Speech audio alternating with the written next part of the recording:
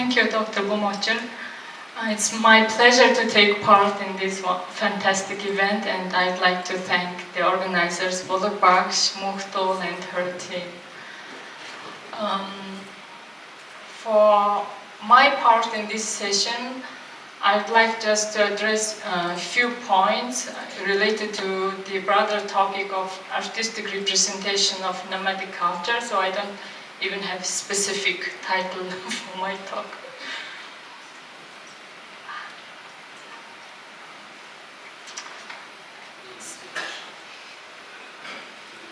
Since we have already discussed the historical and contemporary implications of nomadism in previous presentations, I would like to address an issue regarding the notion of culture first. The concept of soil or culture has primarily been seen in a limited sense as the staging of folk music and dance performances, traditional games and calligraphy, among other things, these days in Mongolia.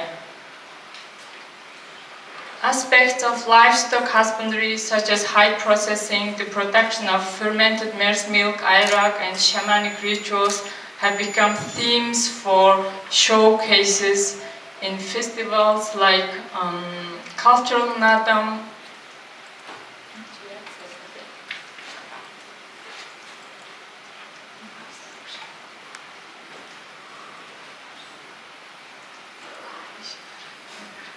showcasing festivals like Cultural Nadam and the Nomads World Cultural Festival. So the first photo is from the Cultural Nadam, and this one is from the Nomads World Cultural Festival, which was held a couple of days ago. So my question is, how did culture in contemporary Mongolia transition into something that is performed, celebrated, and glorified?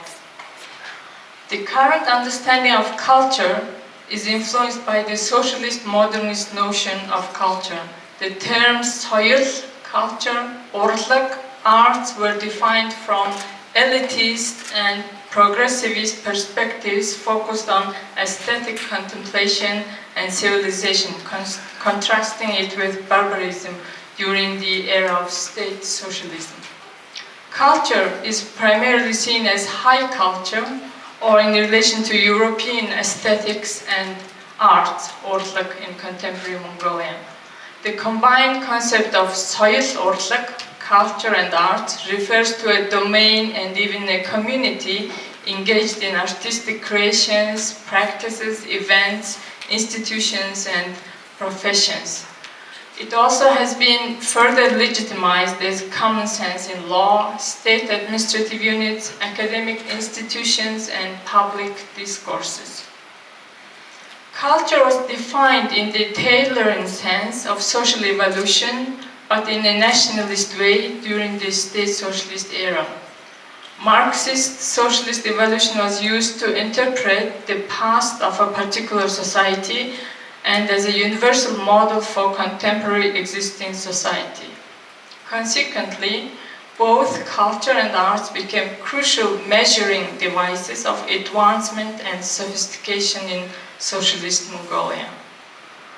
After the 1990s, Mongolia features selected cultural aspects, some inherited from socialism, and some added after socialism as intellectual and economic resources for nation building. Culture with strong undertones of tradition and nomadism has come into focus in state policy and general awareness over the course of the transition from socialism to post-socialism. Not only state enterprises, but also free enterprises have recently been involved in the process of glorifying culture to gain state and public support. The illusion of culture created by the state strengthens old platitudes about nomadic culture and the deep past, creating distance from the real life of modern herders and cosmopolitan youth. Consequently, national culture has become something glorifying, eye-catching, and market-worthy.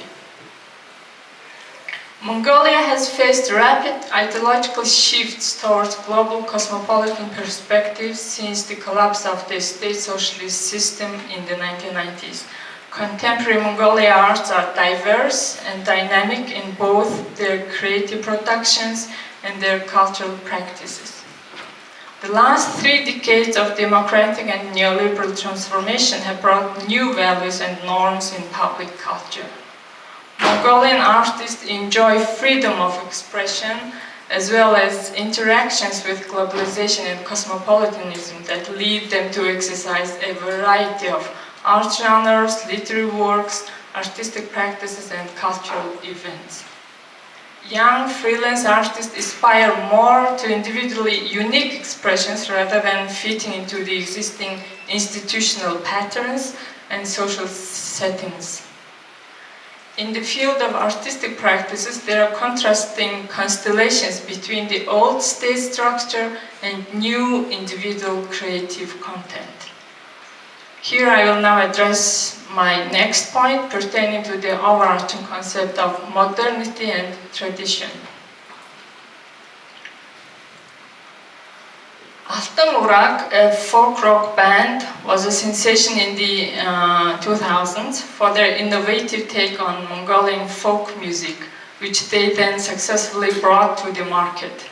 Today I have invited Erden Bat, the leader of Baatarnaran band and music producer, to discuss their music in more detail. They strikingly replaced the head of the marunhor with an alien head, electrified the instrument, and called it Mangashor, monster head fiddle. Bearing the name of the great Emperor Genghis Khan's lineage, the band, whose performance particularly attracts youth by combining European-inspired rock timbre and rhythms with traditional ones, aims to introduce Mongolian national music not only to local but also to global music lovers. Defining their music as folk rock, ethno rock, or ethnic contemporary, they burst onto the music scene in 2004 wearing traditional black costumes and long hair. In their first performances, they used the alien head electric mangashor with a heavy beat and the traditional rhythm of 1/8 and 2/16 imitating the gait of horse. Although inspired by European rock bands and artists such as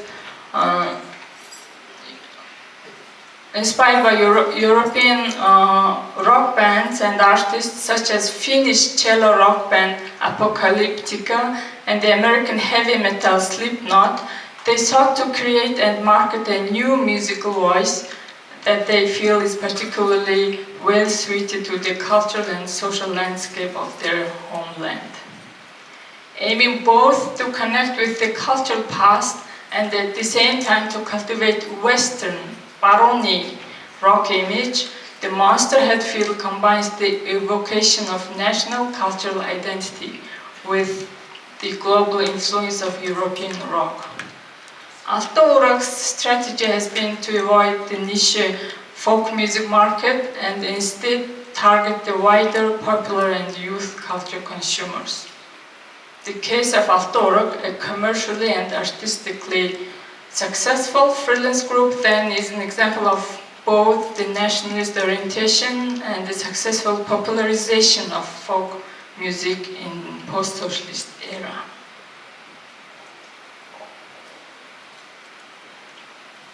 After 2 decades of the establishment of the Baatarnaran band, the legacy of Genghis Khan remains at the center of state-sponsored cultural productions. In the early 1990s, the campaign to rebuild the 26.5-meter high indoor statue of Avalokiteshvara, a Buddhist bodhisattva, succeeded with public donations. After 3 decades, the Ministry of Culture is building a gilded statue of Genghis Khan, 7 meters, which is 7 meters high and 13 tons, on top of Genghis Khan National Museum building with state subsidies. So it's not open for the public yet, but I got the photo through my connection.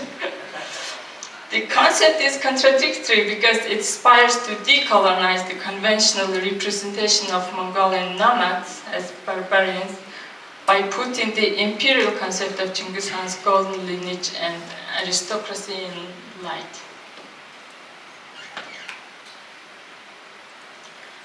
Altan Urag's formation was followed by several other similar groups attempting to combine traditional music with other popular music genres. This includes Domog, Jonong, Husugtun, Arag Bilig, Bushto, Tingir Ailhu, who have proclaimed themselves as representing ethno-jazz or ethno-ballad. While artistic expressions and innovative endeavors were more important in earlier times, marketing and getting viral online became significant at present times.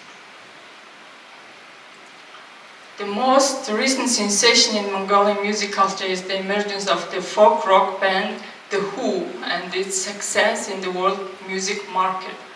Their song and follow-up video Wolf Totem have generated over 101 million hits and reached number 1 on the Billboard's hard rock digital chart. The hard rock and metal newsletter Revolver published an article titled "The Who, Mongolian Folk Metal Sensations Aim to Conquer the World."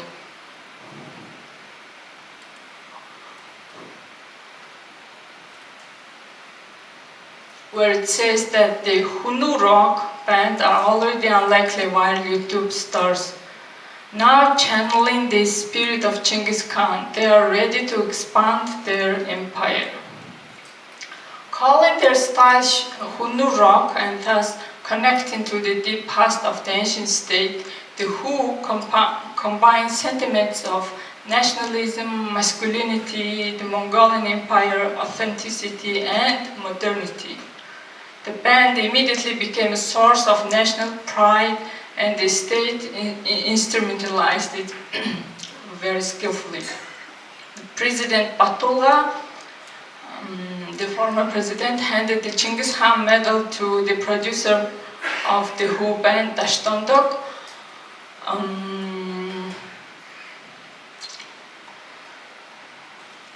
on National Pride Day. So now I quote from the another music producer who is the president of the Pentatonic Academy. So he says there was the need to express an identity in the era of globalization. And Dolgan further says, Dashtondok didn't name the Who or Hunu music, Hunu rock by accident. It shows that the tradition came from us. In the past, it sounded far-fetched to talk about Mongol pop and Mongol hip-hop. Now it's pleasant to see Western music lovers appreciate the Mongolian band The Who and accept offshore traditional two-string instrument as the Mongolian guitar. Coming back to the point regarding tradition and modernity, it's quite common to highlight the national character rooted in historical legacy, but also to acknowledge the advancements aligned with Western culture. Attempts to construct a national identity based on the deep historical past and offer it on the global market are not only made by artists, but are also part of the foreign policy of the state of Mongolia. So to summarize my point, the national or folk music culture that was produced under state socialism has undergone a further process that could be described as re-nationalization. During the country's transition to a market economy, music culture being commercialized and popularized. Altan Urag and other folk groups are attempting to incorporate elements drawn from the reprocessed national or folk genre into international rock or pop forms, and to generate new forms of musical synthesis for national and international consumption. The idea of combining modernity and tradition and the old and new, which might have an inheritance of a Soviet vision of modernity, is a common strategy for cultural productions in both public and private spheres. While experiments in folk music in the early 2000s by the folk rock band Алтан Ураг and folk jazz band Arab Beleg were oriented towards artistic innovation along with nationalist implications, recent attempts by the Who heavy metal band managed to reach a global market, дэлхийн зах зээлд гарах, and charted #1 on Billboard's hard rock digital song sales. So, to conclude my talk, I'm pleased to announce that my book will soon be published by the Austrian Academy of Sciences. The cover artwork, titled Not Allowed, Зөвшөөрөгдөхгүй, is created by Baatarnaran, a contemporary artist, and luckily he's here. So I'd like to thank Baatarnaran. I'm very happy to have his artwork on my cover of my book. The artwork is made using wood and was inspired by the traffic sign of the same name, Зөвшөөрөгдөхгүй. This artwork encodes the original symbolic meanings of the color, pattern, and number of pose of the Mongolian yurt un. Regardless of various twists in tradition and restrictions of usage, the old pattern and color exist in our unconsciousness. So I'll end my talk here and we'll continue our discussion. Thank you.